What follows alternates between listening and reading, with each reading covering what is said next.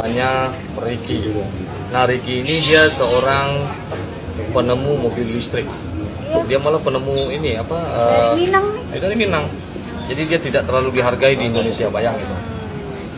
Malah disambut, malah disanjung di Jepang dan di Malaysia. Sayang sekali Indonesia nggak dianggap ya.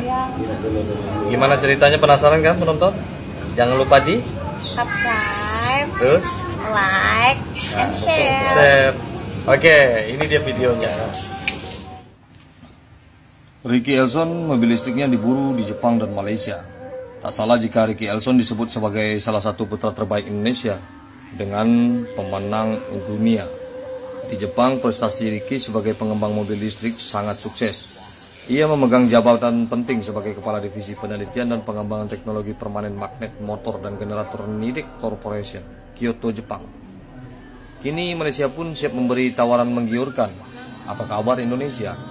Selama di Jepang, pria kelahiran Padang 11 Januari 1980 menemukan 14 teori tentang motor listrik yang sudah dipatenkan oleh pemerintah lokal. Jelas sangat miris, karya anak bangsa namun bukan Indonesia yang mematenkan karyanya. Sebaliknya malah bangsa lain. Loh, kok suka menafikan Indonesia? Tidak juga, Ricky sudah cukup lama menunggu izin mobil listrik yang ia buat dengan dukungan Menteri BUMN, Dahlan Iskan ketika itu. Ia meminta mobil listrik bernama Selo dan Gendis yang bisa menjadi inspirasi lahirnya mobil listrik anak negeri.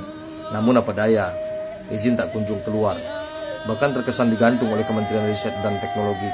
Sambil kagumnya, Dahlan bahkan sampai memanggil pemuda Minangkabau ini sebagai putra petir, sebutan yang biasa disematkan kepada Gundala, salah satu tokoh superhero asli Indonesia. Ia menjanjikan Ricky sebagai pelaksana proyek pengembangan teknologi mobil listrik nasional. Ricky pun aktif melakukan penelitian di Ciharas, Tasikmalaya, terkait pembangkit listrik tenaga angin. Puncak kini kincir angin hasil rancangannya menjadi yang terbaik di dunia untuk kelas 500 watt. Yang lebih luar biasa lagi, ia rela pulang Jepang dengan segala fasilitas dan belajar yang didapat di sana. Ia memilih hidup sederhana di pelosok Ciharas dengan kehidupan ala kadarnya, sambil membimbing banyak mahasiswa yang ingin belajar.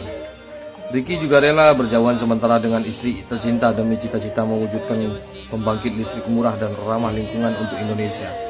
Dahlan sendiri bingung, beberapa bus listrik yang masih nangkring di Kemenristek masih kesulitan keluar izinnya.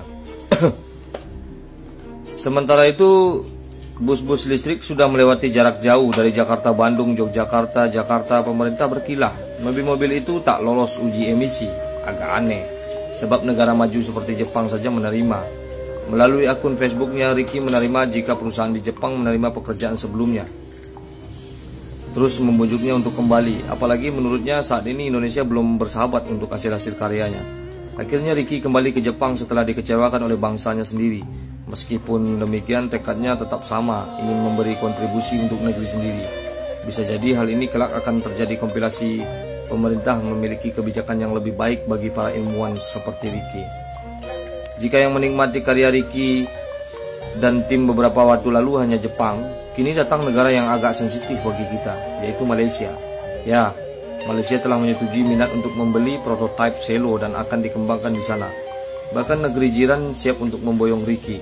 Saya berencana menerima pinangan Malaysia demi mewujudkan karya saya dan tim, kata Ricky. Ini pilihan realistis. Namun sebagai orang Indonesia, saya akan terus melakukan negosiasi dengan Malaysia agar Selo tetap dibuat di Indonesia. Proses pembuatan tetap harus di Indonesia. Semoga ada pilihan lain, kata Ricky. Dia mengakui apa yang akan diputuskannya ini bukan kabar baik untuk sebagian masyarakat Indonesia. Namun dia mengatakan jalan yang akan ia tempuh ini kelak akan menjadi kebanggaan untuk Indonesia, meskipun tidak singkat. Ketertarikan Malaysia meminang Selo berawal dari rapat Ricky dengan salah seorang kawan di Kuala Lumpur, kebebasan bulan lalu. Akhirnya Ricky mendapat kabar jika ada keinginan Malaysia untuk mengembangkan mobil listrik bersama Ricky dan tim. Kisah Ricky ingatkan kita dengan sosok Presiden Indonesia ketiga, Bahrudin Yusuf Habibie. Ia pindah ke Jerman, tempat sambil bekerja. Jika Habibie tak terlupakan, semoga Ricky mendapat pengakuan atau mendapat dukungan sepantasnya. Inilah kisah Ricky sang putra Minang yang terabaikan di Indonesia tapi dianggap dan sangat dihargai di Jepang dan di Malaysia.